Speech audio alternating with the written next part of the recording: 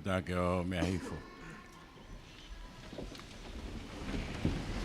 O ko fola mai e ki ko si su ko pe ko e toi tu ka mo ui. Ko ia ko tui pe ki tai ke te au neongo ko pe kia ka tene mo ui pe.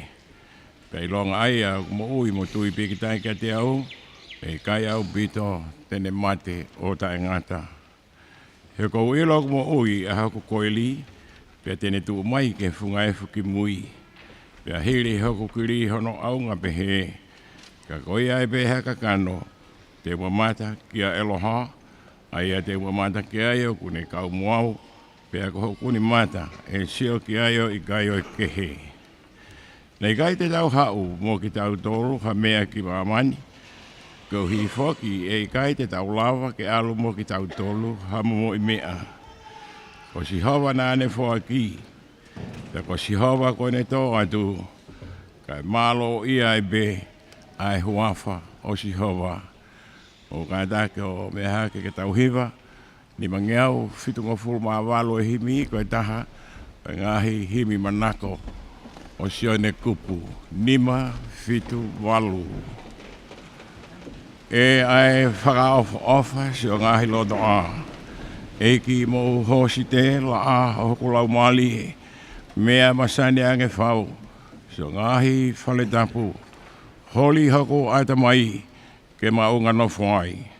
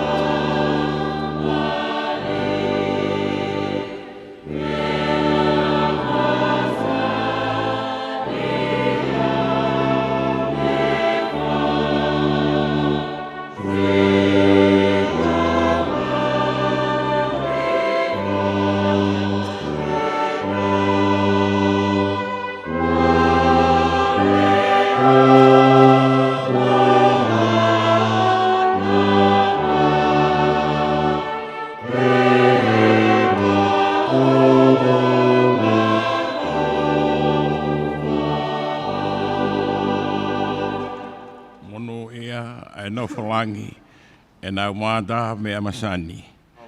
Mono ia ai lotu heni, anu helelei. Fono si au fale e kelesi kehe. Tā whea vai o lai koe mata pāolangi.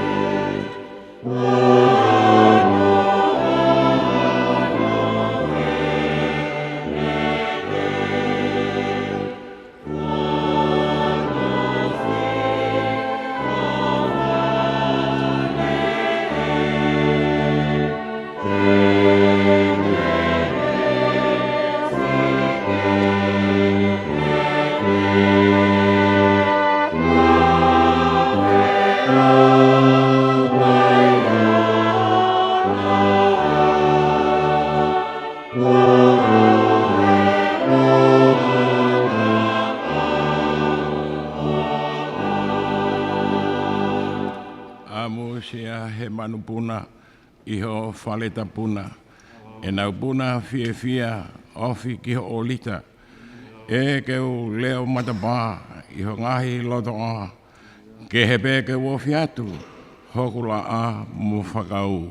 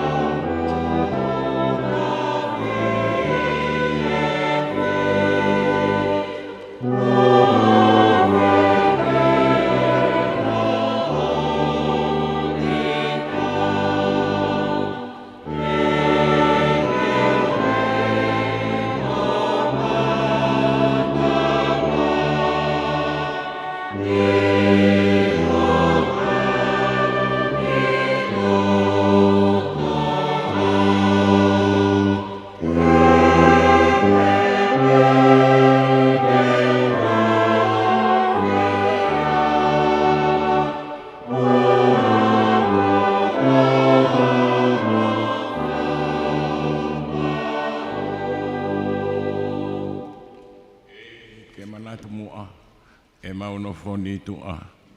Whanau ai si kainae, ai ke whonu ai ho whale. A maula kātu heni, tupu ai pe hekelesi. Toki au he tāka mua, māta ia e o tua.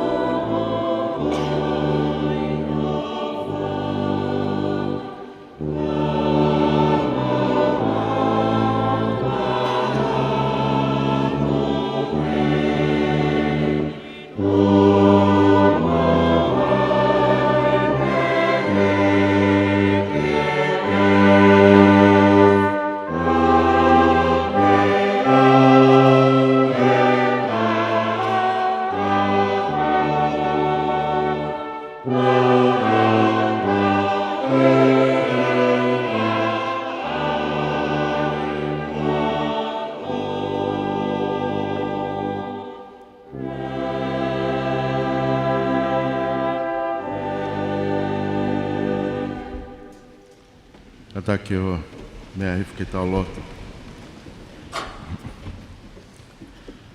Hea whiaona ko e ta mai, ala, la mari e maoni oni. Tau tolu e awhi whiaona, ko o tua pēta. He pē ko e whawhala e a whiaona ki a Mose se ko e a whiaona ko e o tua e palahame, ai sake ma se kope. E kau tangata ne o kunau pe kia, nau kei mo ui pe, kau hia ko nau o tua ai a whiana. E whiawhia e uke he FALELOTU SENITULI, mea mai e tahine princesi, pule, salote mawhileo, pilo leu tuita.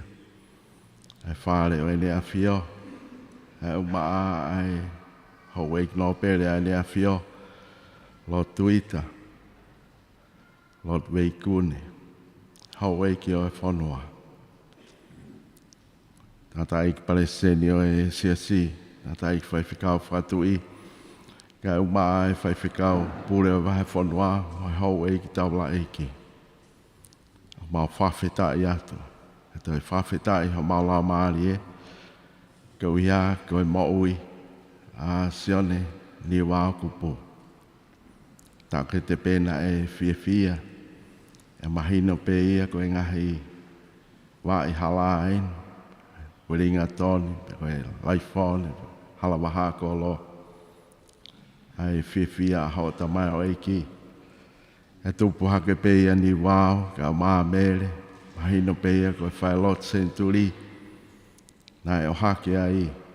Pea talaki kia te ia, ai mo ui ai a whiana. Pau pe koe tokota, tau kete, nai malako i he whakao whauwha. Malako i he whia, hanga e pe koe himi, o mau saa me ai. Wakai hifo ki he pio kalafi, tala mai. Ai saa mea, malako ao Sione Niuvao Kupu, koe te ao mātolu. Hanga e koe lahi, ai langi ane mama o pe mehe mamani o pe he whao ai ofa ai a whiona ofa tae ngata ki haki nau tolu o ko apasia ki he a whiona hange koe wā mama o ai haha ke mo hihi fo o pe he ai ofa ai a whiona ho awe e mau ahi talangata a ke mama o mea te mau tolu tala mai e ikai te ke tupta maki ai pe o tau hiki ho i tā. Kai te ke hauhau ai pēr tai ngata. Ke mai ai whainga maari ki hā tangata. Hau mau whawhetai. Mau whamoni ko tō pe koe malae o e ako, pe koe malae o e sipoti, pe koe tau hiki he tahine princesi, kai mai whare o ene awhio. Moi hou eiki o whanua. O e tau ke te pēna e fia fia. Nei tau hi hono ngahi wā. Whai ako lelei. Whai ako fia fia. E a whakamoni ki ai tau tangata pēr mo e tau tangata. A mea te pū pau pēna e whanawhana mea lelei pē. Ai ako tapu Sione Niuvao. Kai o maa mere. Talanga pē ka Sione. Koe anga hala pē ki tau tolu. Koe kakai talanga taa pē a ki tau tolu. Ko tau monu ia Sione. Koe ofa ai o toa. E ang pehe pē ai whawhita ianga o e hauani. O mea mai e tahine prinsesi mai hau eiki o e FALELOTU SENITULI. Mea e tangata eiki Palesini ko e kātoanga whakawhitai pē. Kātoanga whakamālo pē. Ko e a Fiona nei kei te ke o mai hao mautuha. Ko e a Fiona ia nā ke ofa pē. Nā ke mai pē e whainga maari e ke mautolo i he wā e hala. Kau mau whakatoa pē i e ngahi uni mea o e ngahi aho ko mau si tua ki ai. Ko e a Fiona pē u tau kai mānanga. E au mau pē ki tai pē ki ai. E au mau nofo pē ai. Mau nofo pē u lelei ai a Fiona. Tai ngata o ALOFA. Tu mau ho fuakawa. Me he tau tangata ki he tau tangata. E au pehe pē ai whakataha angan. Kai ngalo e ngahi whawhonga. Nau mea mai he ot moli. Peko pita. Peko ofa. Peko ika tonga. E sieri. Ai kupu katoa pē. Ai tau tangata pē mo e tau tangata. O mau whamalo atu ki he a Fiona. Ko ia ko e whainga maari e ko eni. Mahina pē e lawe i hifo ke polkalama. Mea e tahine prinsesi. E koe ki whamiri ko eni. Ko e nau mo ui pē ai a Fiona. Ai a Fiona. Pea kono hoko hake pē. Ko e tauhi ki hene a Fio. Mo e hou eiki o e whanua. Ko ia pē whai ai e whakalaulau kau. Kane kai ke pehe, ke munoa pē e tau ke teni. I e ngahi nau ko ia. Ia mo e ngahi kakala. Mole ko ia. Nai si whalala pē a Sione. Nai tui pē a Sione. Ko taa si su. Ko e hau anga ia. Ia pehe pē e whataha angan. Ai tapa kotoa pē. Ke langi ia ai pē ai a Fiona. Ke hiki ai pē ho huafa. Tataki ak mautol, lau maali e maali on. Huafa peho alo, sisu kalaiska kau mau whamo ui. Amen.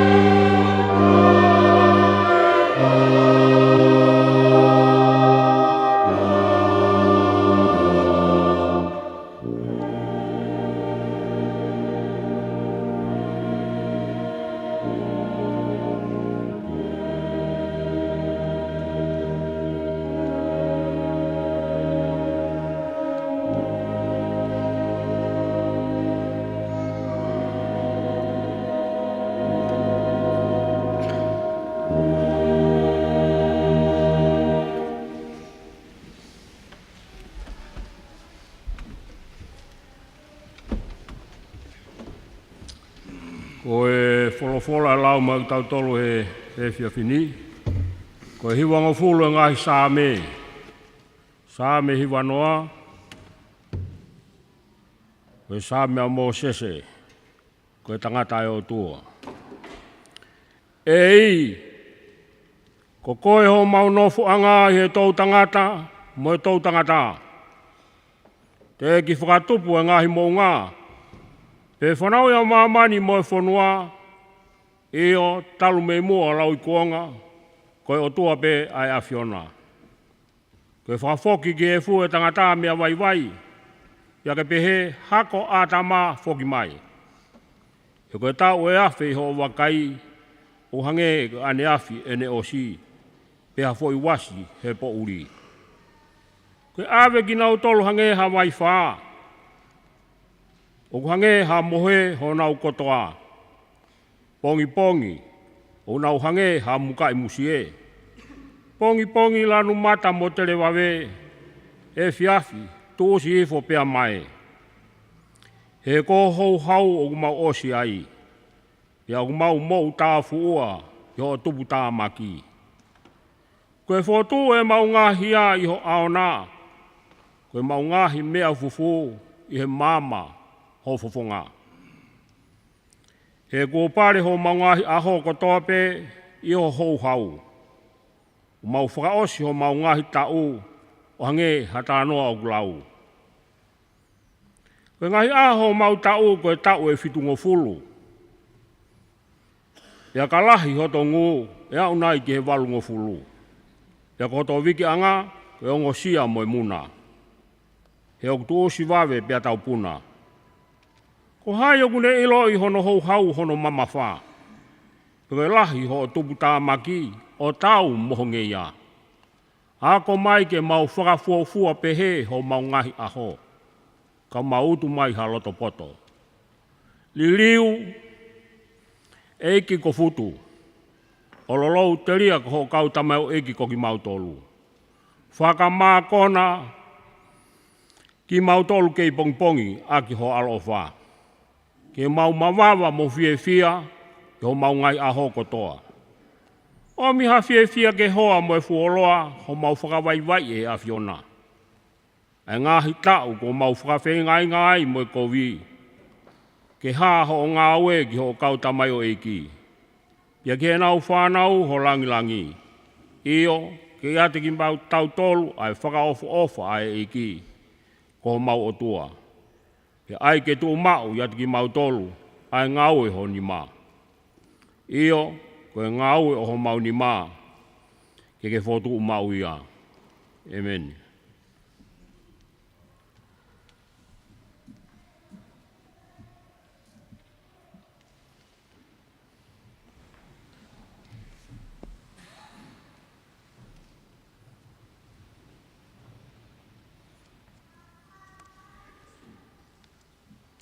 Tapu pea moe a fio, tatamai he wani, o tau loto ngā, pea tapu pea mohono a fio a ngā. Whakatapu atu kene a fio, tupo wono, ka uma a kuina naspau, tapu pea moe pilini skalau ni, moe whare o haa mohe o fō. Whakatapu atu foki ki a veikune, koe ulu motu aia o e whāmiri kupu. Whatapu atu ki a tuita, whatapu atu ki a wakauta pola, kai wa a e whānau a hou eiki. Tapu pea mo haama tāpure. Whatapu atu ke tangata eiki Palestine siasi, kai uma a ha whaiwhekau. Kai a tā mo oku haki taimi no, ke whaia e ki whatongia ko eni, koe manatu melie. Manatu melie ki a Vakameitangake, na iloa ko Sione Kupu. A kua tui pē tangata ik Palestine, koe uhinga na e kore a iau he whamiri, ke uwhae manatu melie ko eni, koe uhi, koe wāofi koe homatau. Whaere i a Sione, tahiwa whahiwa. Pea whaere i le wau he tahiwa ni mataha. Aia hange koe ni ihi, lau ai kau papalangi. Koa mo Sione o makau maua i he sinia o i whamiri koe ni. Whakawhetai o wha eiki. Neongo pek te ke au ke malanga, ka kua maa ke sinia e whamiri kupu.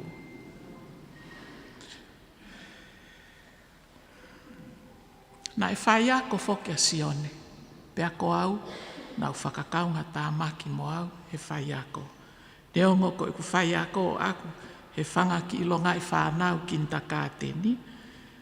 Kana e iai pe ai aonga, o i ki whainga whaia ko ia, mahalo. O ku iai ai tui ai kau whaia ko, o nau pehe, ko te ilo ko e natula, o e tamasi i pe ko e tahine i he ako. Ke te wakai i pe ai whakawae, mo e ātakai, mo e ongo mātua, mo e api, na e tupu hake ai, mo e whamiri na e tupu hake ai, ai ki tahine, pea koe ki tamasi i ko ia. Pea heku ilo a aku, koe ātakai o e lotu, mo e apasia o tua, mo e tauhi honau eiki māmani, ko palasi. Pea mohonau ngahi eiki kehe, ko e kukui a hewi whanga i matahiwa. Ko e ātakai eni na e tupu hake ai, a Sione, pe ko Sione kupu, o tau ilo i. Ko Sione, ko e tangata na e whotunga mari. Whotungo fua, he ātakai kotoa. Pea fia. Pako manatu i pe ngahi aho koho mawhanga moko puna mo tuita. Ko Sione pe ura ki tu ki olunga tau olunga.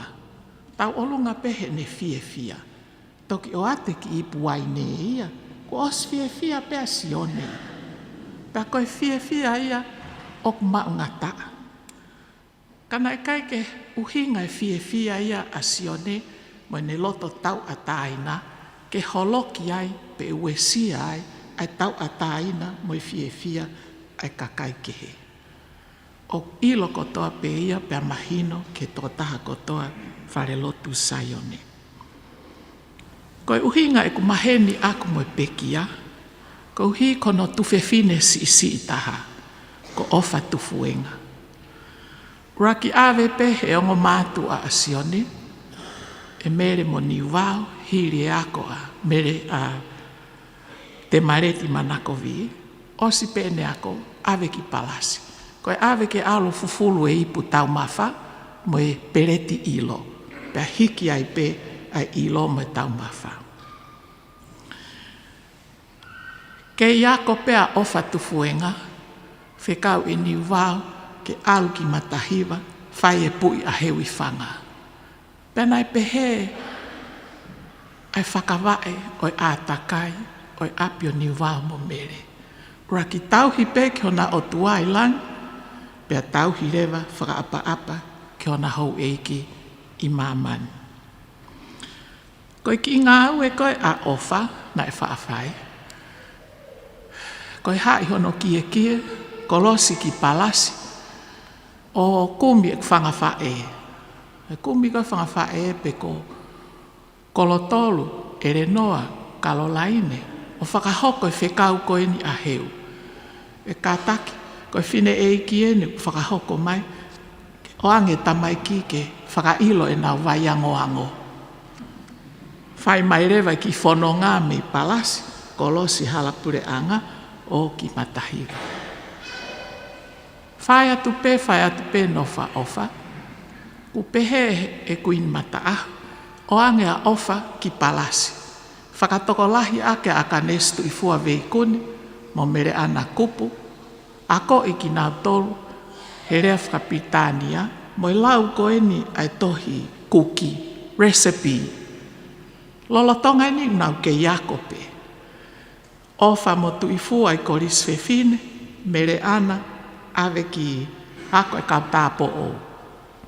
Ako e recipe, pea ai ke mo poto he ako, ko ko mo fatongia ke mo foki mai ki palasin na he tau mafa pe hike tau mafa ko tupu anga e ako e toko tolu ko ni pe mea pango ko nau aro e kau kuki ia atui ka keke ha kuki e nofo hen nau oskoto nau toke Amerika mo Britania ka neongo e mahalo kalas lere yang e pe kau kuki ia taimini atu po wono ka koe whanki I whatongi ia na e mahu inga au pito ia he nau tupu hake. Pea oho vare pe maui matahiwa. Ui hake fine e kia heu. Ko hai e takai hake tua whare. Ko au Sione. Sione whee koe. Ko Sione au a Niuvao. Sione whee ongo mātua. Saipe. Ko hai me o ke hauai. Ko kurere mai pe. Whekau e mere ke rere ma o ange ki I fō a ofa sai, laka mai koe. Panai pe he ai anga e tauhi eiki he taimi koia. Te hao peo nofo he hou eiki, kai hao to whamiri o ave e te ki I fō, whai e te fō, o skoia whafoki mai, hai ane. Kai whake ha misini fō ia he ngahi taimi koia. Fō ni mape. Panai pe he ai tauhi eiki, ai whamiri koe ni e whamiri kupu. O a umai pe ki he ahone. Mea pango o foki, kua nā wako nā tolo poto, ka kai ke wha amau hakau fulu ipu ia mo hakau hiki ilo mo hakau hiki tau mafa. Ka neongo ia o nau ilo ko toa peo nau whatongia ke whai. Ko Sione, nai whai fufu naki pe ene ofa. Ofa ke toko taha kotoa. Ko e tā mai mau pe fine motu a tau hi o alonga. Ko Sione kupu enda e toksi tu atu. Ko e ha. Ko e rere mai o mai ki puha moa ki alonga. Mau pe. Kai ke tāria Sione ia. Ke tāna ki whakakolo pe tāna ki whakawhamiri. Mau pe ne puha moa lere ki alonga. Pako tui. Ko e whahinga ofa pe he vete ngataa. Pea maunga ta. O tui au kai ko alonga pēnei, kaue, ofa fufu naki, ai matapure koe ni ai. Koe me e tāhono urunganga, koe toko taha whakaloto lahi en kia te au. O kai whoke manako au he telefoni. O kai peke hak telefoni ako, ngāwe aki pe au telefoni a ritia mo, whine mātua mau api. Heku hoha a telefoni ka. Lotonga haku lau tohi, pe koe whahaku me tatangi telefoni. Ongo e ki tai aku hange koe me lere hoto toto ki taki olunga. Pe ku lomi whewhe koe telefoni, pa koe te io atu koe ke rea maha tahaia.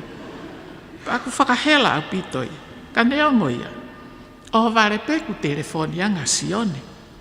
Itia, whakahoko ange ki e tahine, ko eni nau whanongo hene ki mea he retio, he tāna ki tuunga e titi ai. Ko fie a pito he ne me aki urunga ngā mo i rea whakatonga mo i ha pe koe ne tāngi. E ritia, koe hako e ke rere mui a he sumpa e tahine o ku me ai ki whas mo i awhi atungi o sumpa ai. Ai he ke loi ko tau whamiri ko whamiri suka. Pe koe ne tāngi. Ritia, ko fie he kusia televisone, polo kalama kuki e tahine.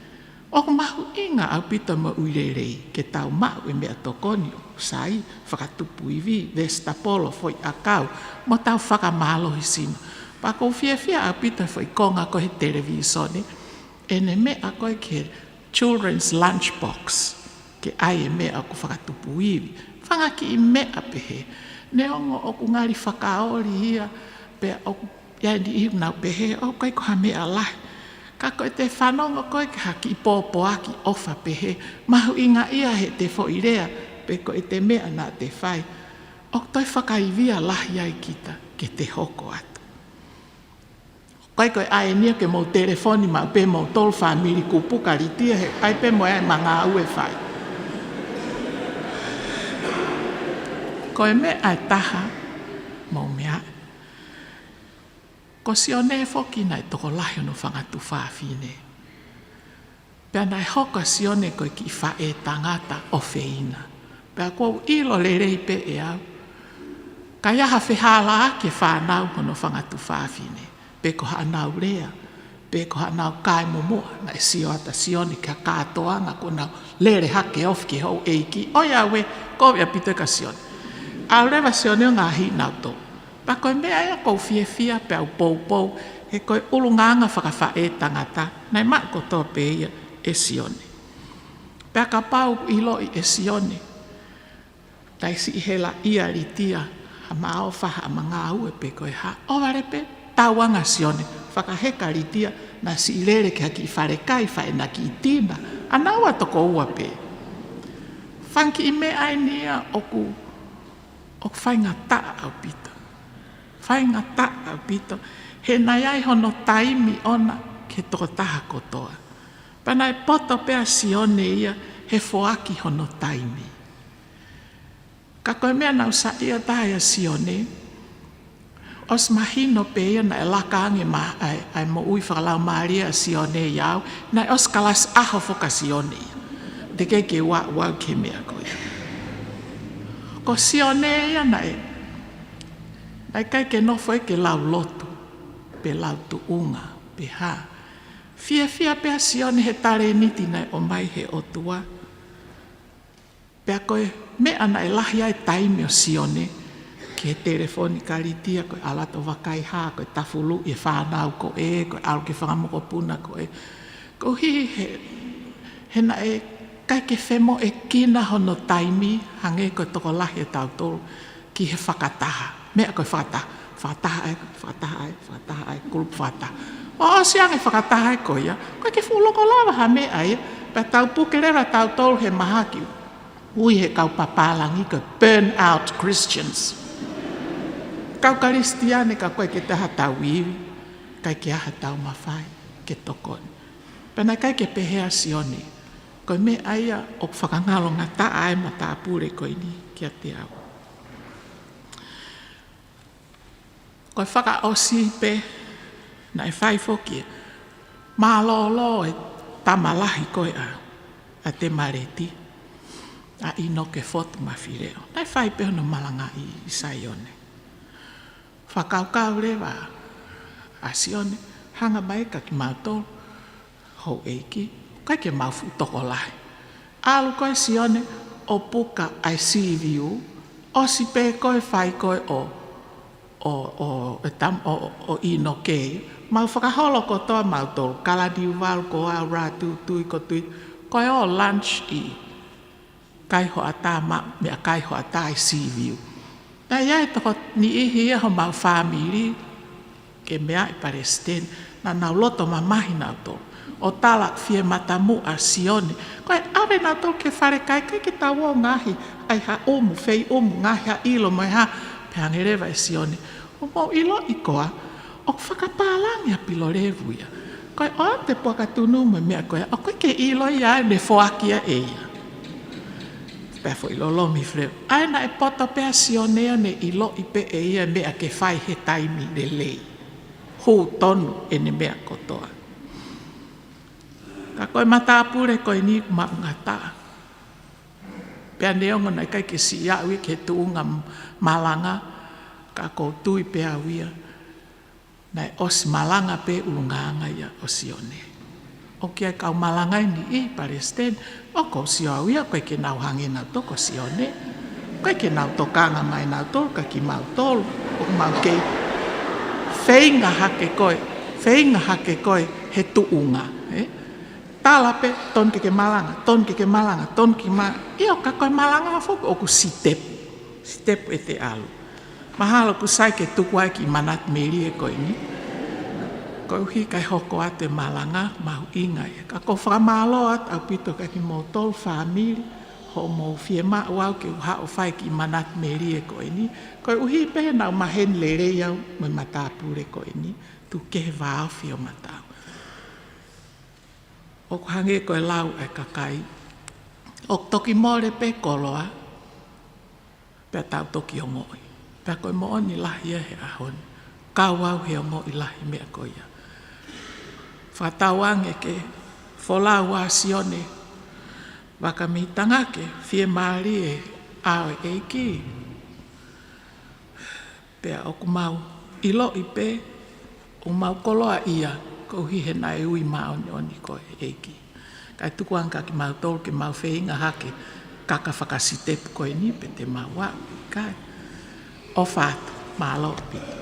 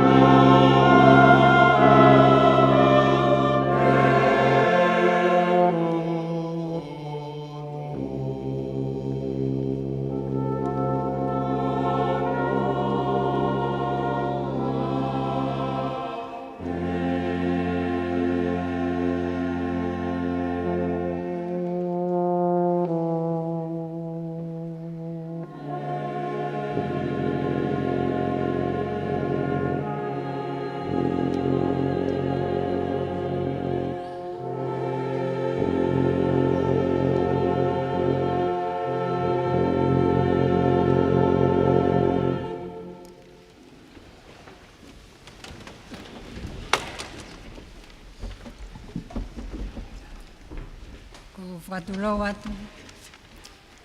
Ia ko kore ke whakamarumaru atu mua. E ngai whakatapu ko mea aki. E tahine prinsesi, sa lote mawhre o pilo leo tuita. Ka ata mua mo oku, ai whainga maari e koe ni, ke whakahoko atu ai ki whatongi atu ani. Koe lau e pio ka alafi, o e mo ui a Sione Kupu. Ko Vakameitangake Kupu Niuvao, na e wha ele ia e ahoa wha o Sanuari, ta iwa whahiwa. I pangai ha apai, lorotonga o ke ngā au e tangata eiki, e por ngā au e polisi i ha apai. Koe mālolo eni a Sione Kupu, i ono tau white tolu. Aia kone au sia tau whakaotua. Na iloa Vakameitangake, ke toko lahi ko Sione Kupu. Pea Mr. Kupu, ke whanau ako, pea Uncle None, pe ko JK, ke whanau mo e hako tupu, o e whamiri. Koe neongo mātua ko Sione Niuvao Kupu, o kolomotua, pea mo mere kau whaou, mo Niuvao Kupu o pangai haapai. Na ikai ke iai, na iai hono whangatoko ua, e toko nima, aia ko Siosaya kau loka Kupu, o si mālolo, sa lesti upulotu Kupu, o si mālolo moia, pita tatafu whutawhiri Kupu, o kune lorotonga i Amerika, pe mo taueri wharekawa Kupu, kune o si mālolo.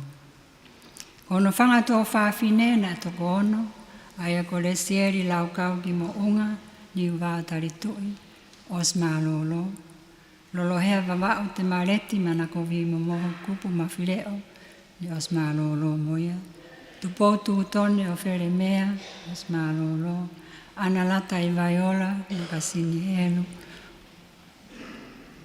o koe ni whanga pilo levu. Anau ki hehea, o si mālolo, le sieri i katonga Kupu McIntyre, o kunofo Nusila, pea mo ofa ki tupuenga, Kupu Chesham i Lontoni.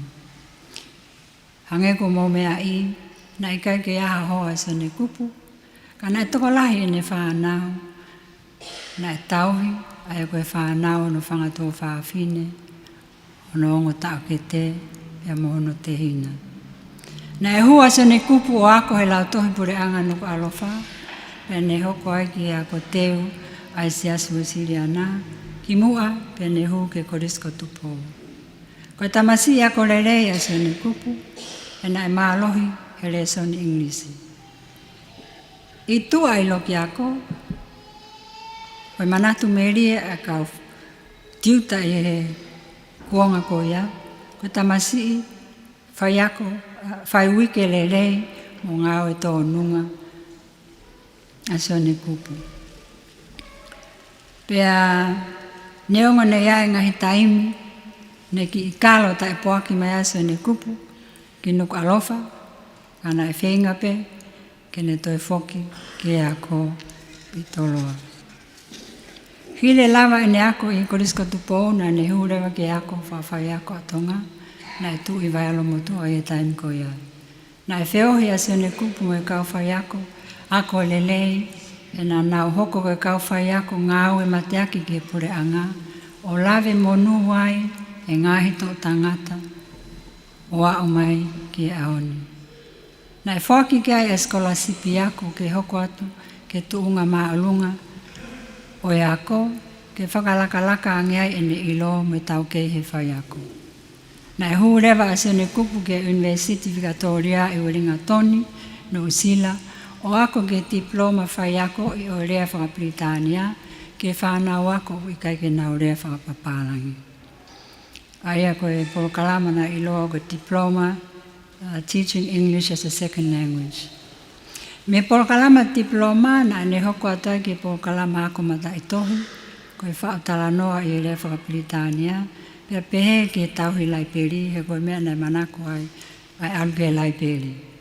Aia koe polokalama koe a koe Bachelor of Arts, English, Literature, mo Librarianship.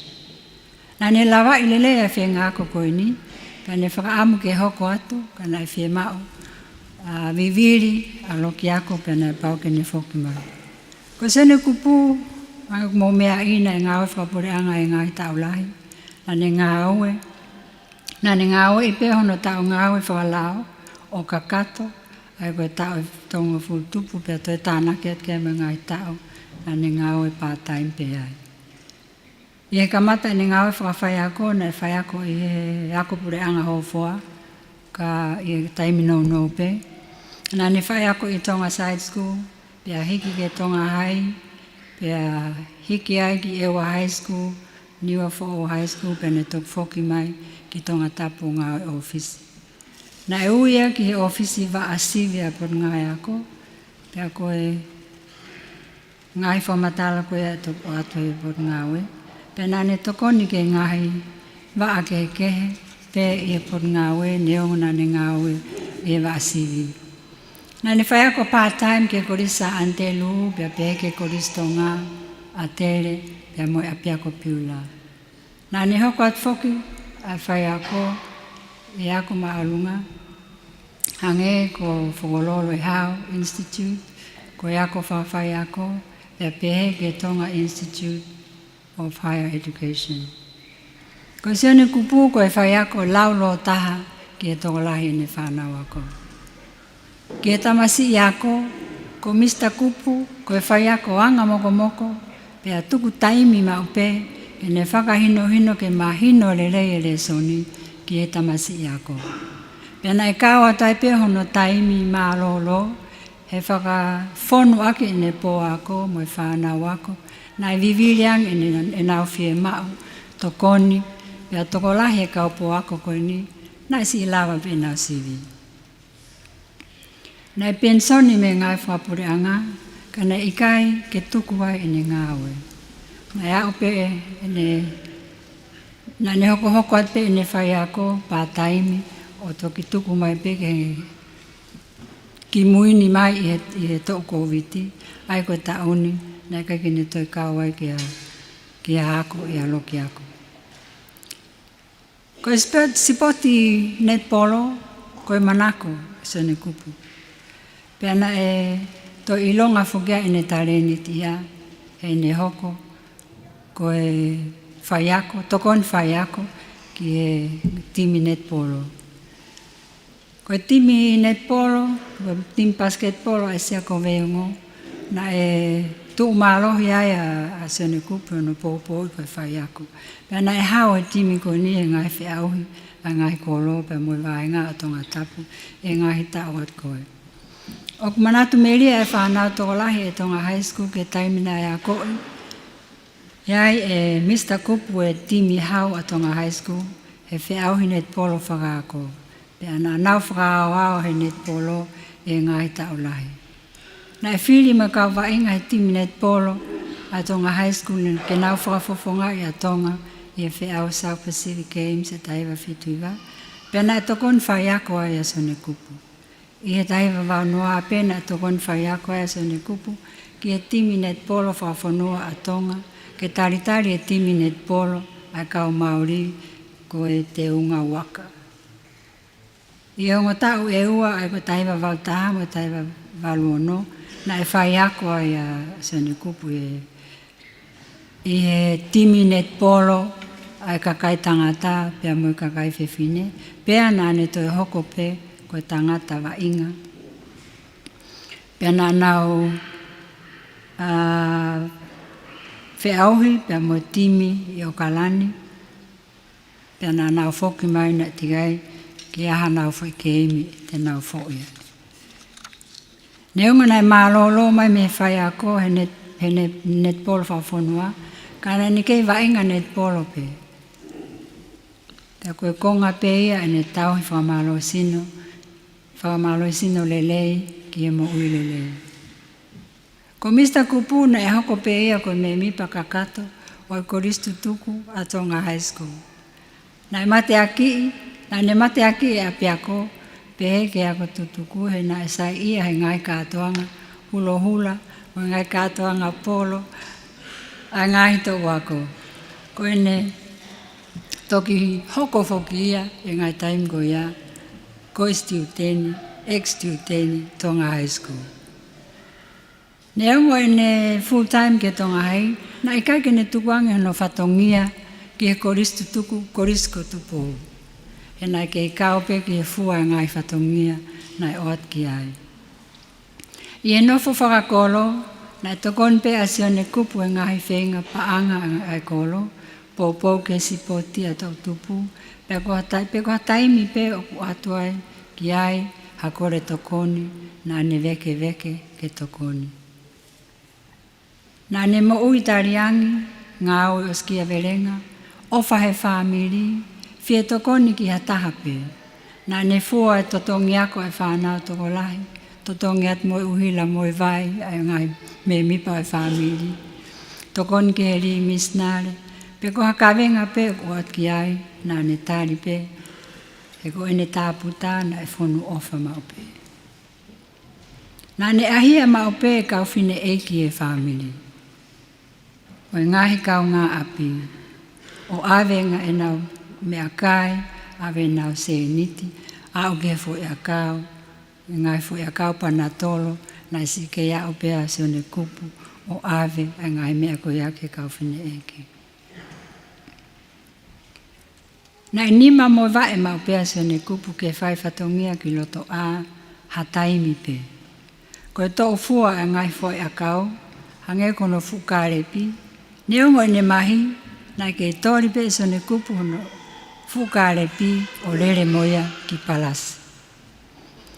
Na e awe mo ngahi fo e akau ke kehe pea ko e mango pe tāwa, le mani, me ene ngowe, ko e whakalau noa pe.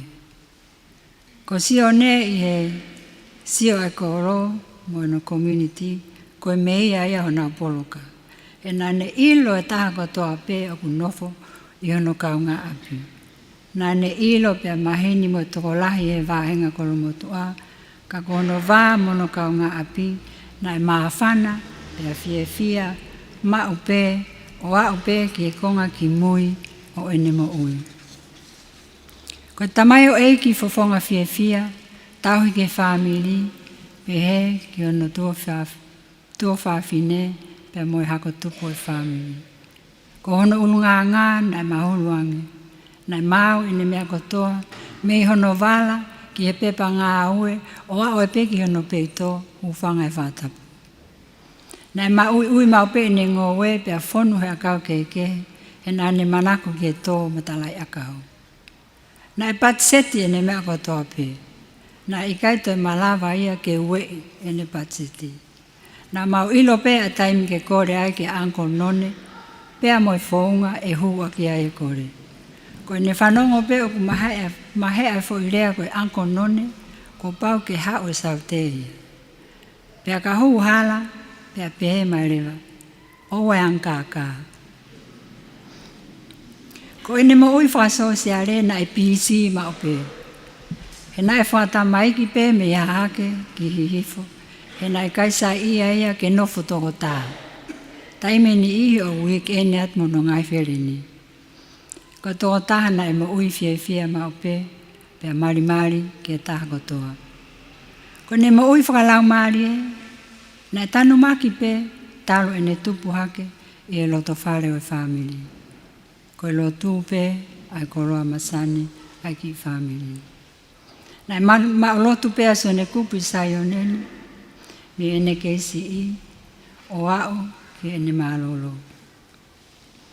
Nai manako mau pe, ke ngai mau lotu e oa, lotu hengi, ngai ahongo fua, na ne lava mea ki Sione. Nai kalasi aho e kalasi a kapeta, na ni whakakato kotoa no ngai whatongia, ki e kalasi, pe ke misnare mo ngai whatongia kepe. Na ni tan mati whakaaho pe e ia, aono lau maari e. Aki ene lau whakaaho e ki tohi daily verse, pe ane mui ai pe, ke ka veinga o e aho ko ia. Ko hono himi manako, ai a ko ta osihiva aki, a himi nima fitvalu, pe a mehe tohi tapu, na ne manako ke lau e saame a te evita, saame te au mātolu.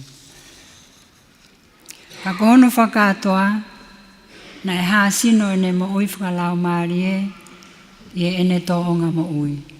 Ai ofa tai whiwhiri mānako, nima foaki, anga moko moko mo whaakātake. O tā whawhetai kia Sihova, i eno mai ata mai o eiki. Whai tōnunga, i e whamiri, pure anga mo i whonua, kene tāsi i pinga rerei kia te ki tau tōru. Nā whakateunga akia ai ngahi nau nau o Hewani. Wholawa Vakameitangake, Kupu Niuvao. Ko hai mo koe nai lahi o ngahi ngō whakatentene. Ko Sione Kupu, ko Mr. Kupu, ko Uncle None, JK pia mo John Kups. Ko ke ikuna i whanonga angani, pia mālo he mea kotoa. Whakatawangi ke toka i e nonga mo keresa o tua. Reverewa malanga kau tatawa.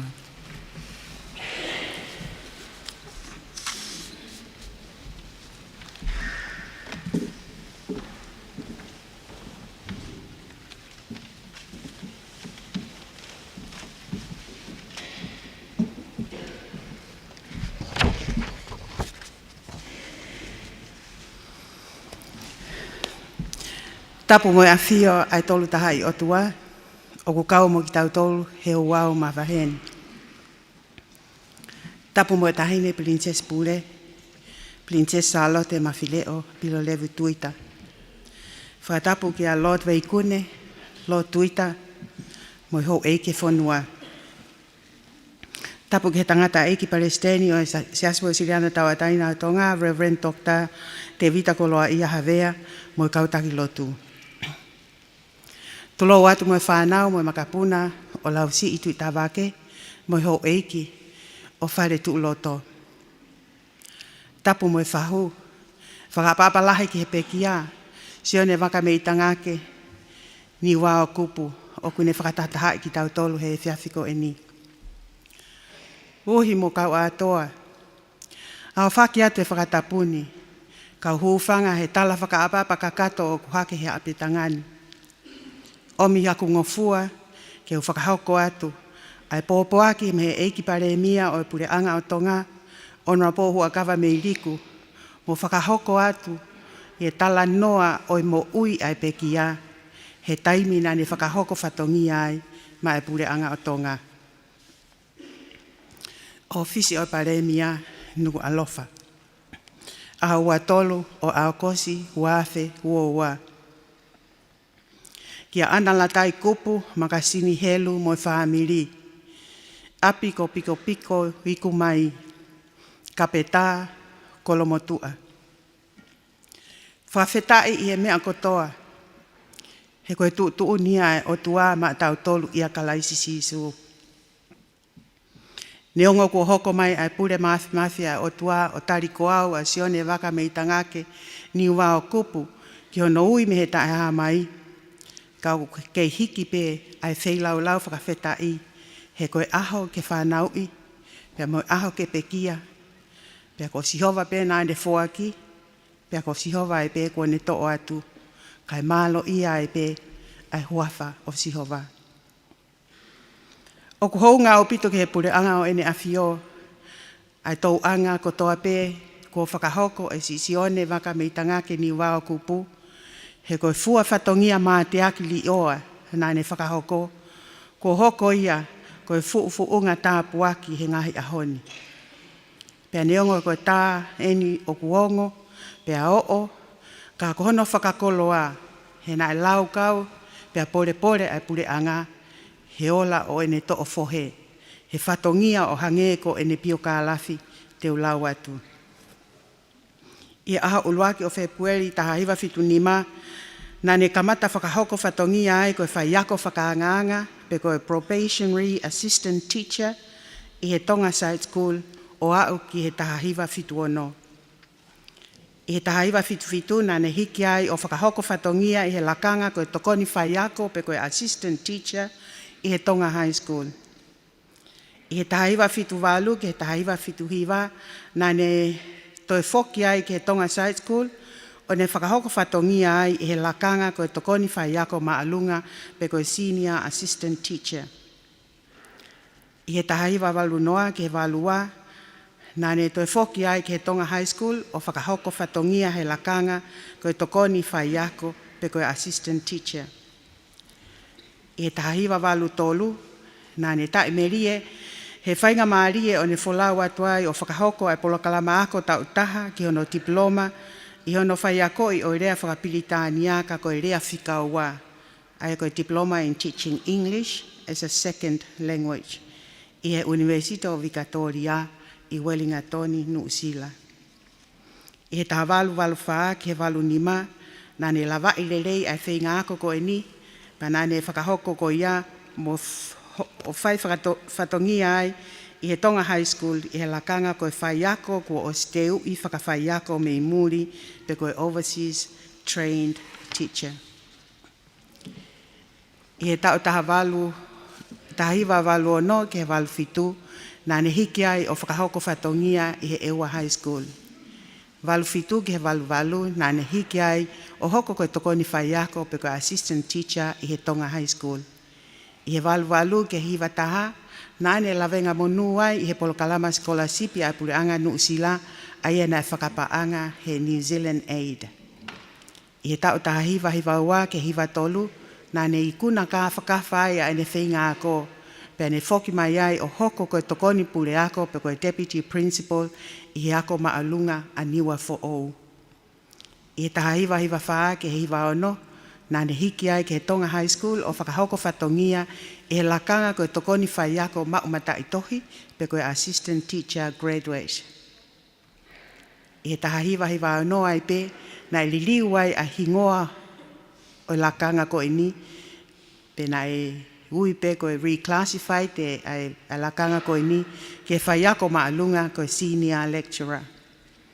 I he ahatolu o siulai taha hiwa fitu, ki he taha hiwa walu, na e tali lelei ai e he whakataha kabinete a ene awhio ke ne hiki hake pe koe promotion koe ni ki he lakanga koe tokoni officer hako maalunga pe koe Assistant Senior Education Officer i he waa ma ai ngahi ako korisi. I he taha hiwa ki he wafe maano na ne hiki ai o whakahoko whatongia i he waa sivi ai potu ngāwe o kui koe Assessment mo Examination Unit. I he aha uluaki o Februari wafe mawha, na e tari lelei ai e whakataha o i komisona ma ai kaunganga ue whakapure anga, ke ne hiki hake pe koe promote ke he lakanga koe officer ako maalunga pe koe Senior Education Officer i he waa CV ai pe. I he taimi tatau, na ne mao ai falala ai kautaki ngā ue, ke ne ngā ue mo leo i he lakanga pure pe koe CEO ai waani i he taimi lahi.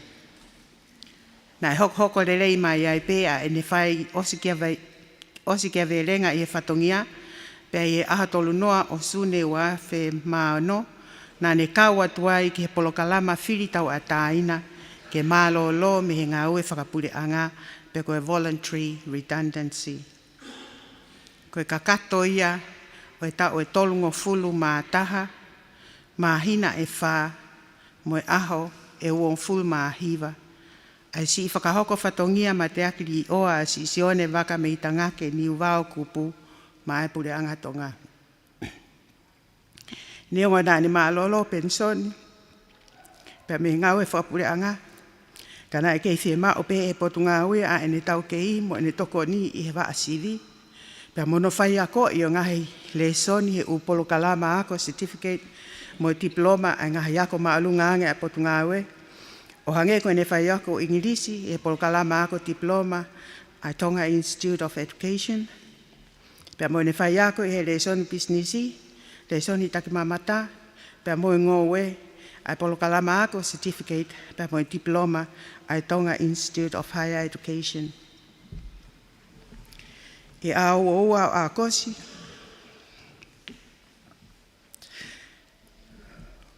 wa afe wa na e ofongia e ofisi o paremia ko tari ko au Sione Vakameitangake Niuvao Kupu ki hono ui mei olunga. Ko ika vukae, ko tofaki sene folau ki loto tatau, ke fu no kawatuku he alofi oi hau. Ko kakato ia, ai tao e hongo fulu maa ono, mo e mahina e taha, ai ni hoko koe ofisa ngā ue, whakapule anga maa lolo. I aho ni, ko toka Sione Vakameitangake Niuvao Kupu, i he toitoi anga o Elioni.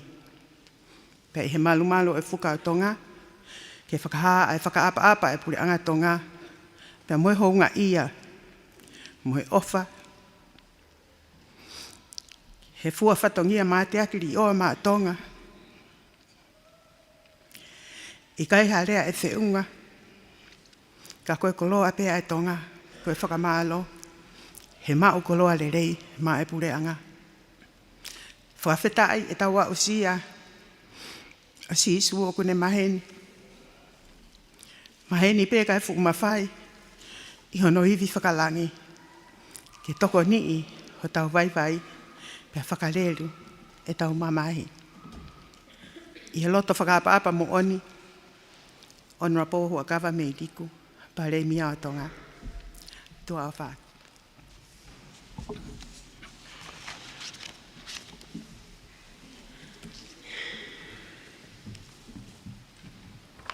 Ono ua e wholowholahim ki tātou hiwai. Ono whāngea o whāngu whulumataha. Whāwhātaha i mimo ka tāko mea ke tau hiwa. Tāma ke loto toa, whauho hala pe o. Tolona pe ai loa, tui pe o whaitotano.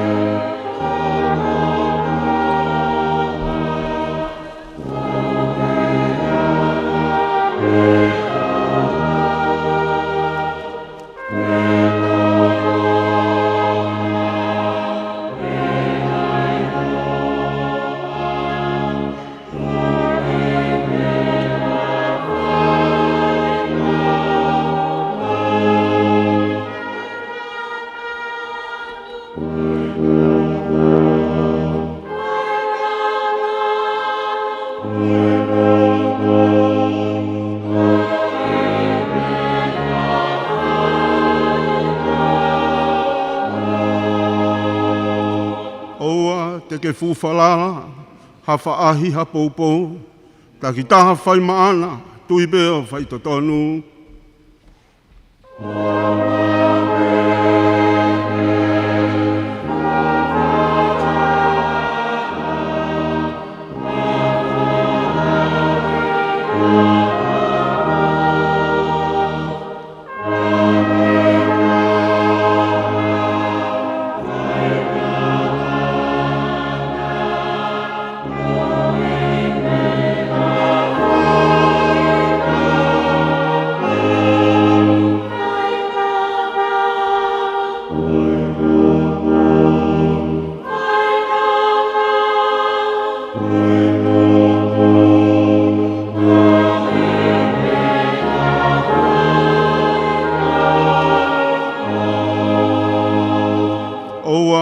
Ka mea mua, o ai ofo hafo o.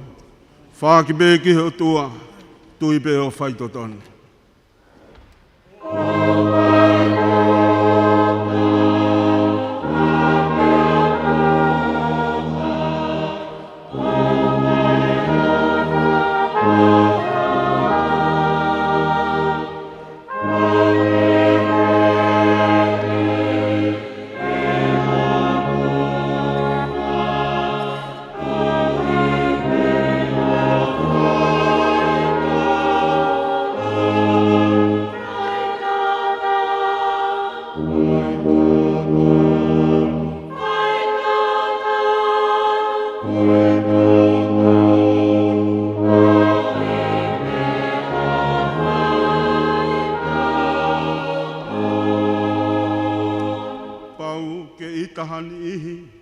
Tuku ai pēki nau tōna.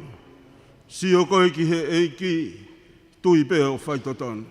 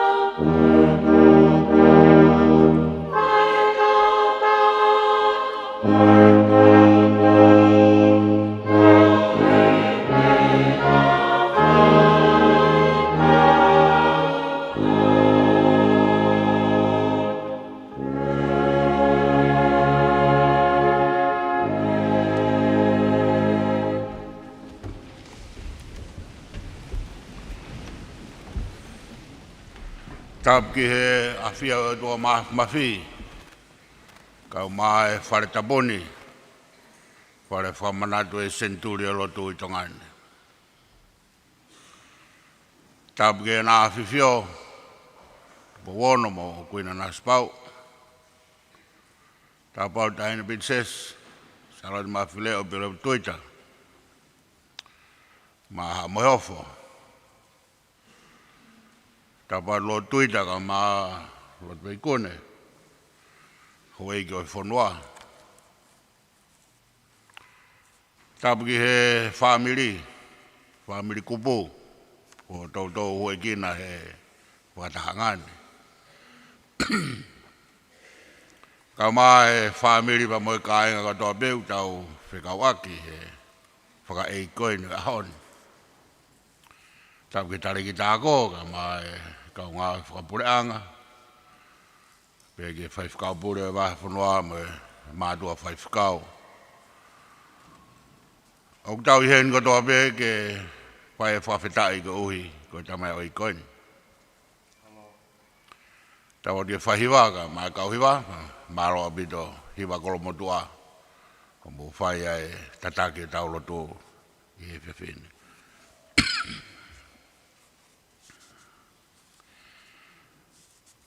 Ko e whakama e whamiri ke whai whamanatu mea mo e whawhetai. Ko ru lawe i be ko ngalahi e manat me lia ia mo e whakawhetai mo e whia. Ko tō ai ho tau koloa me te haine princessi. Ta ana kia kia e ongo whamatala ngā ue whamiri ka maa pureanga. Ko rati mea ki whainga maari e ke tāna ki atu ai talanoa koen me he siasi. Kau maa e FALELOTU Sione, SENITULI, FALELOTU e si ALOFA e Sione. Ke whakakato atu mo whakalahi ai koloa ko tau o sinasi ai.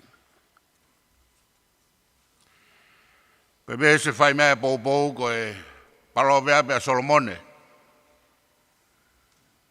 Une pehe. Ko ia kune mamahi'i ai whai totonu mo e whai ofa. Ko mea tene mau ko mo ui mo e totonu mo e ongo. Toi pala vea bi vahe ua fulmataha po ko ves ua taha. Ko ia kune mamahi'i ai whai totonu mo e whai ofa. Haka tau o sio begi he fofonga o Sione Kupu. Tau whanongo begi hono reo. O whakafok mai be ne tō o ngā. I he tānoa u whai he poto. Whekau aki mo e mamahi'i o e whai totonu ka maa e whai ofa. Ko tāpua ki o ki nau tōru pehe. Nau mau mo ui. Mo e totonu. Mo e ongo. O kua e mea mahawinga he ki palovea koe ni. Uraki koe mea u talanoa ki ei o whekawak tonu mo e mo ui koe ni, mo e mo ui ka hau. O kui kai whakawhai ke hei. Ai whai totonu, mo e whai ofa, i he mo ui koe ni, pea mo e mo ui ka hau. O maari e liliwia ai wholofola o ngau ea ki ai kupuirea koe mamahi'i. Koe agune mamahi'i. Ie uraklea wholofola ku hinga beia ka taha ku mui mui. Mui mui.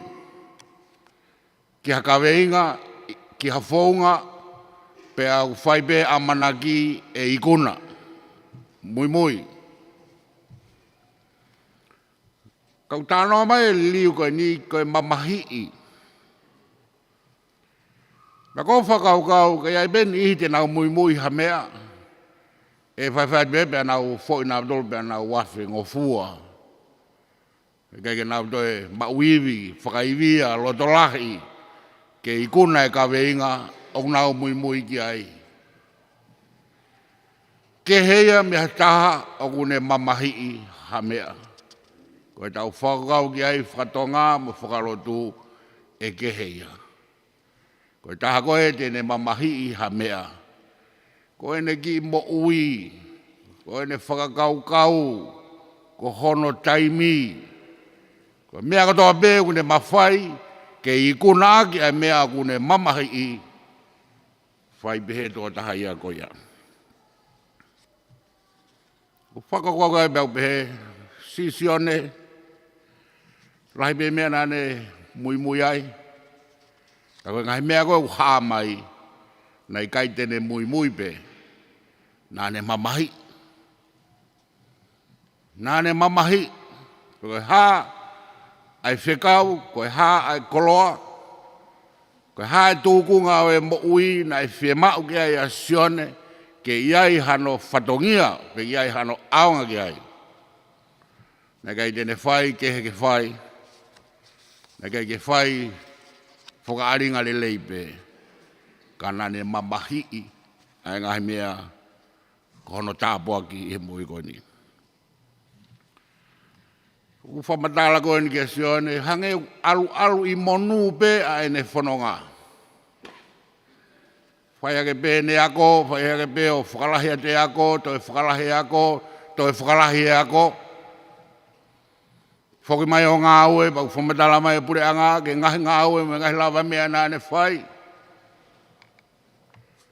Ko tui au, koe ola ia, o ene ako, ene ngā aue, mo ene mamahi'i ai mea nāne whenga ke whai, nai whai ngofua ai ke ne whakalakalaka, ke ikuna ngahi mea ko ia. Wapi e whia e tala mai ko Mr. Kupu. Kanga foke tau ako, tau whai peo maa ki whakalanglangi mo ki whailonga pa. Ai peo maa ki toketā pa, maa ki palaofesa. Ta toi owa koe ai, tau toi foke tau tori a Mr. A koe na Sione Kupu o Mr. Kupu, o si tau ia ki langi mea kotoa pe nāne whai, pia foke mai peo whie maarie ko Mr. Kupu ia. Ka koe anga ia e mamahi'i, te mo ia ki ha mea, te loto ki ai, mo whai ki ai. Te ikuna kita. Pe lahi ange ikuna mo i ongongo, mo i totonu, mo ui, te ala mau mi ai. E mea au whai nase hakakai, e kai ke nau mamahi'i. Ai mea au nau whenga ki ai. Nei pe koloa e whamiri koe ni, whamiri Kupu. Ko Sione Niuvao Kupu. Pe mo mere kau fuou, Niuvao Kupu. Nai whakanofa Sione Niuvao koe whai ako tapu. Koe ako tapu, koe o ALOFA ia ai whare o tupou. O koe koha mea ai sia e ako tapu. Koe kau whai ako koe ako tapu, i hono tauhi ako tapu, o whakanofo bea me palasi. Au ki ahoni. Pena e whanofo a Sione Niuvao Kupu, ko taha ia o e kau whai ako akatapu, ke whai o ALOFA, mo i hiki o e ngahi whelaulau mo i huwhia, o e whanua koe ni. Koe ko mea whakasiasi ia. E whailonga e kau whai ako, i ki kahoa kulokula koe nuku, ngawe aki he kalu se di mo tau maa kolosi, tokua koe nau koloa. Koe whai ako tapu pena e kahoa.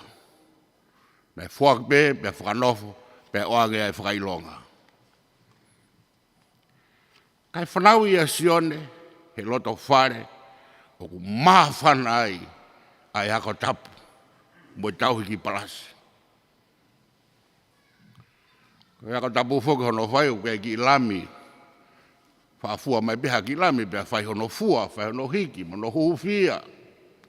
Ko whakapapau ane ia ngahi pongpong na fua mai a Sione, hoko kei ki lami e hako tapu, ai ne ongo mātua he loto whare.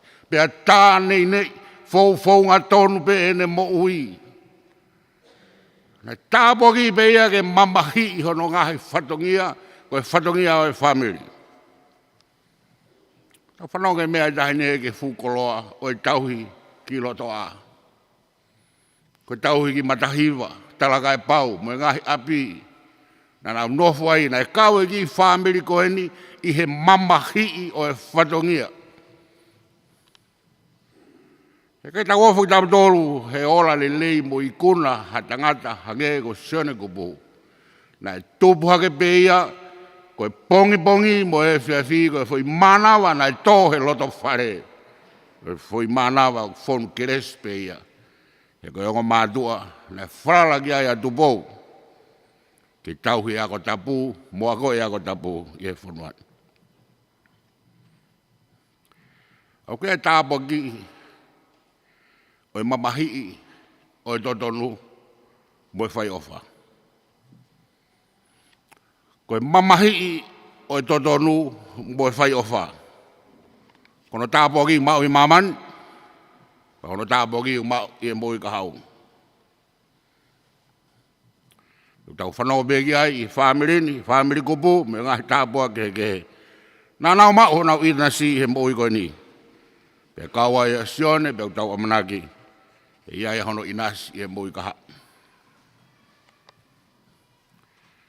O kai pe poto me o lunga. Lai tae tana o kai apostolo ko Paula, poto me o lunga. The wisdom of God. Ko taha ene wisdom oi o tua a ene whakahino hino moe ako naki ke mamahi ai whaitotonu moe whai ofa.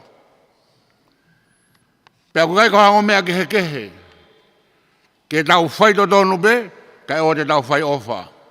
Pe te tau whai ofa, ke fui aki ha tau tae whaitotonu. Ko e whaitotonu moe whai ofa, ko e ongo ngā aue, ko pau be ke na hoko whata. Kai lawa ke te mau e koloa i heni, pea moe koloa i he mui kahau. Siwe ahoni ngahi mea fua kehe. Ke lawa ini he whaitotonu, kai lawa e whai ofa. Lawa ini he whai ofa, kai ke lawa ini ai whaitotonu.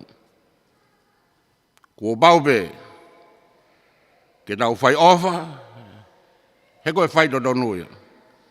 Pe ko baupe ke tau whaitotonu, he koe tau whai ofa ia.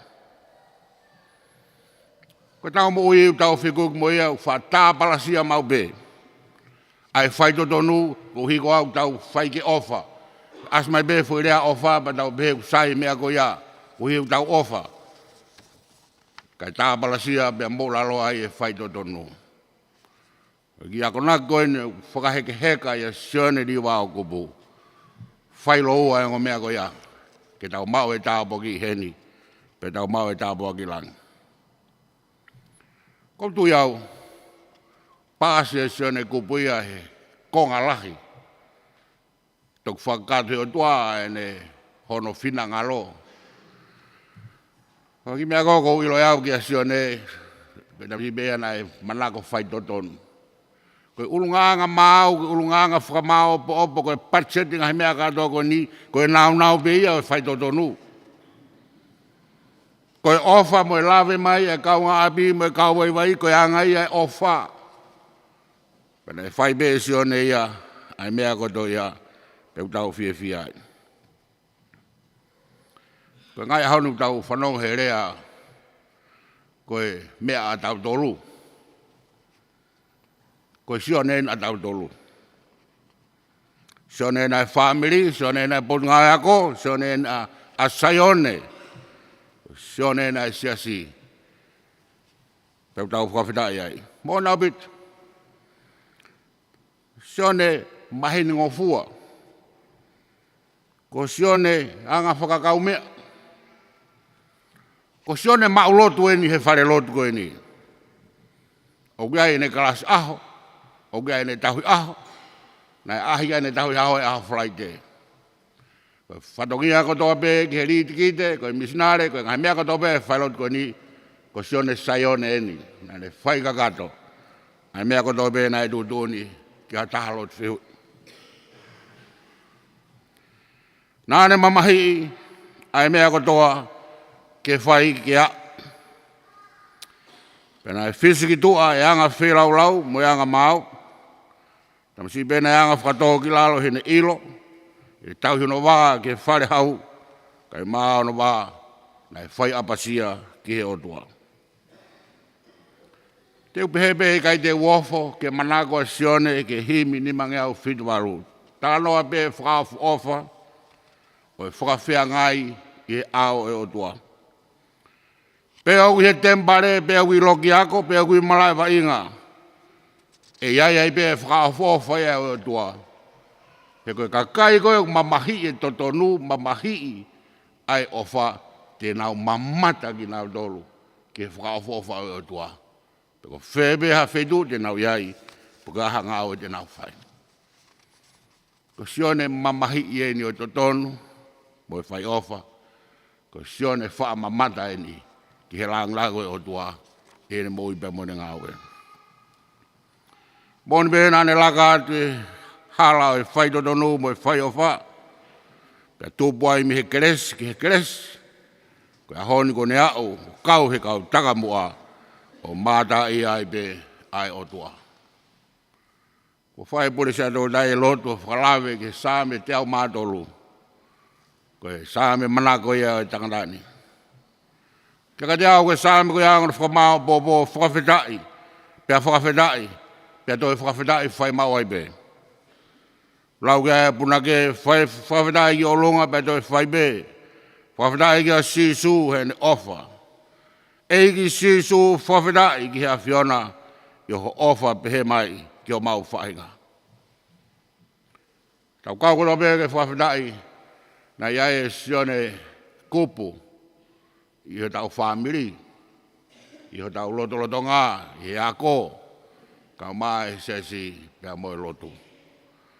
Ngai tanga noa ko toa peo e tangatani, kou tui au, nane mamahi be ia e whai totonu, pia moe whai ofa. Nai kai ke malanga ia he tuungani,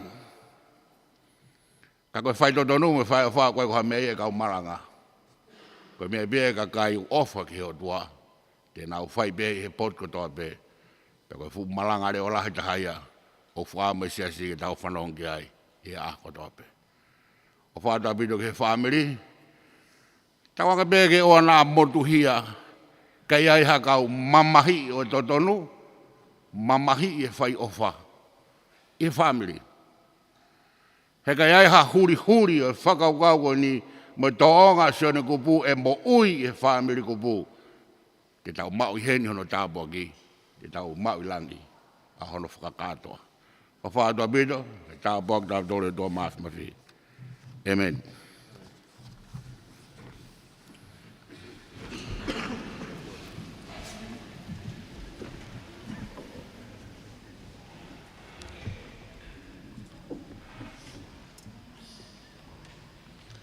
Ni mange au, ua furu maa hiwa, whakawhara mi, whaia ke ai tau whakawhetai, mo mea ke tau hiwa, ka matangi o pe aua, tahi e mou ia, te uhu whanga e o tua, i e maru hono nima, tene fufu au, tene fufu, hono au whinima.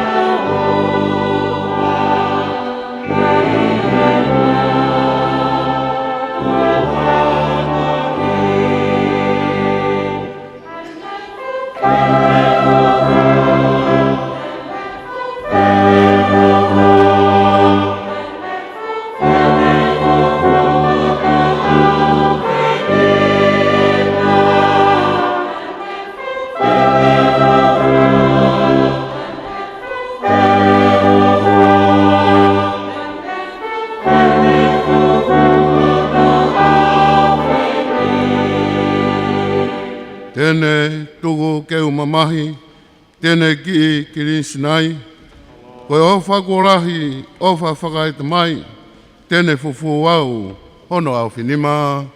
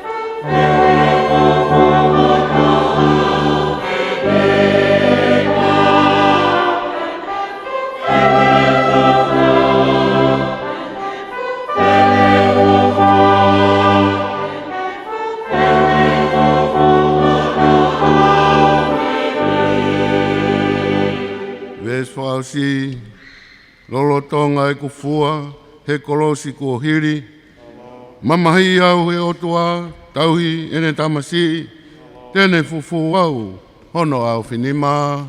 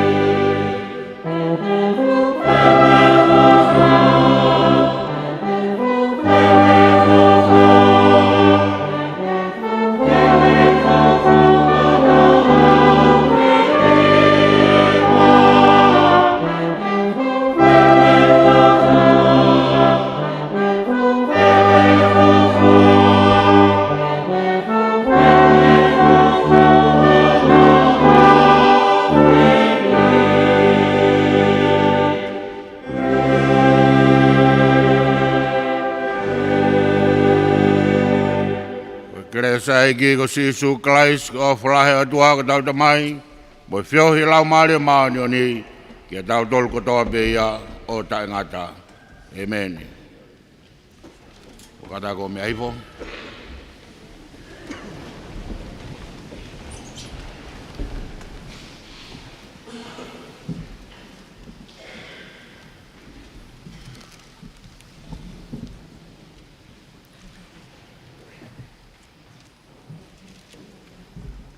Tapu boe afio, ai otua, o tai habai. Tapu boe whare tapun, apu ko Sione, u whaia tau whakawhia ngai, me otua maafu mafi. Tapu boe afio, ko hau o Tonga, King tupo wono. Ka umaa, kuina naspau. Tapu mo e tahine princess, Pilorevu.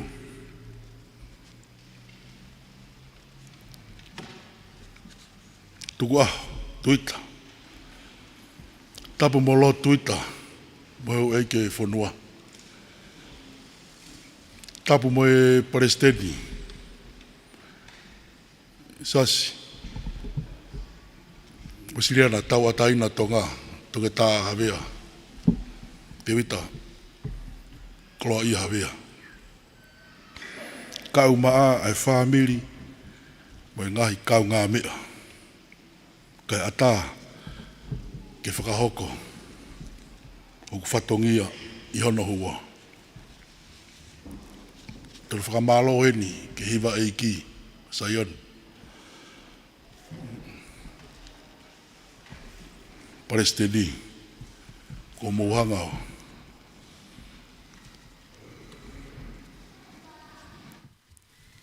Whakalato lahi.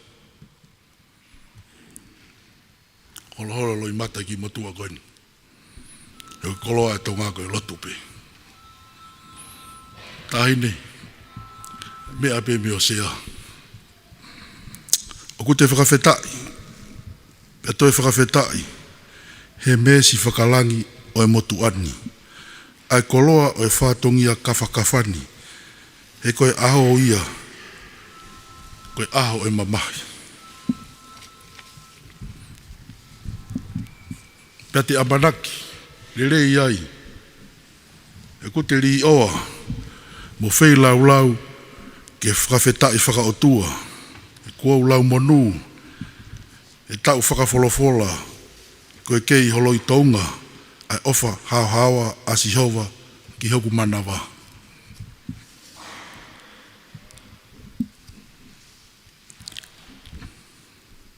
Ka tau mai a ne whono hifo, a hoku whakakoloa, he e te toi riu ki taulanga, he monu ia, ka koe taane maha ngā, kei tuu loani hono alaha. A hongo fulu o sune tahiwa whawhitu. Koe tāpuaki loua o whare o veikune, ne kau taha ai mo aho me e, he aho ko e.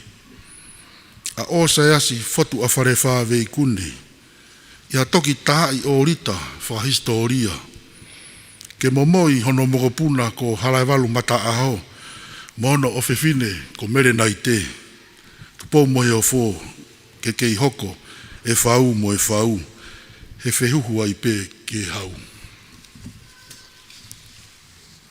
Pea te amanaki re rei ai, amanaki anga, he ko kalaisi, ko tau misa ia, ke kei oe o tua ai kahau e whamiri, ihe ahoni, mo apongpongi foki. Koe aho, koe uho o mafu e whamiri o ho whehuhu tahine princesi. Pilorevu, tukaha tuita, koe whai mā te aki ma ai o tua. Mo tui mo hono whare, pia langa hake, o whamiri mo whonua. O ku te to'oa, pia te ako ai he poto, whakapoto mei o lunga. I he talaloto, he ene tohi noa, ko osa asi tonga veikune na ane ave ALOTU ki niua fo ou. Na ane kau i he folau ki niua top tapu. Aia na e lotu ai a mā atu. Pea ne tō ai a matangi o nau matangi ai. I e nau folau hifo me niua topu tapu ki niua fo ou. Pea hake ai ngahi wakakaria e tolu o tau ki wawau.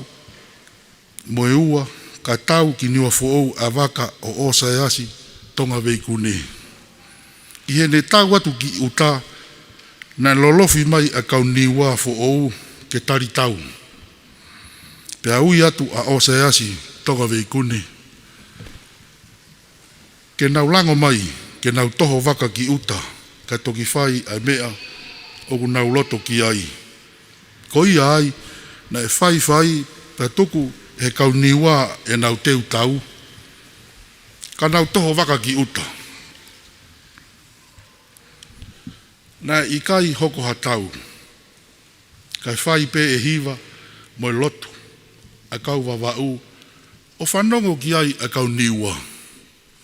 Whai pia nau lotu ai, mo ni i. Na ne whakatu urewa ALOTU i niua fo ou, pea wahai ai e o se asi veikune, a tangata ko fifua, ke nofo i niua fo ou, o taui ALOTU ai. Ko taha foki a o se asi tonga veikune o ngahi pou e ono, na e pou waki mā te aki ki hene awhio ko ulaki whaa. I e whakotuu e ulaki pure anga i wawau. Pea koe se wāniti anga tonu ke he pure atu pou. Tā koe fua ia o e mā te aki mai o tua ko sātai taeri ua. Ka iai ha whana whakawhae o ku te talango fua ke te whafofonga he aho ko e. Tuku mua ke uto'o mai a kupu irea me he tohi noa a ino ke fotu veikune pa mo seo sa teki veikune. Na ne whai ai ma upe ki hene whanau. Ta koe koloa na ne kumuni mi he ene tangata e ki ko osa asi tonga veikune. Uluaki. Tahine prinsesi pilorevu tuita.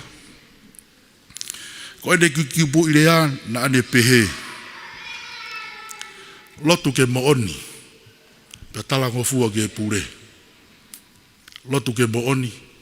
Petala ngofua ke pure.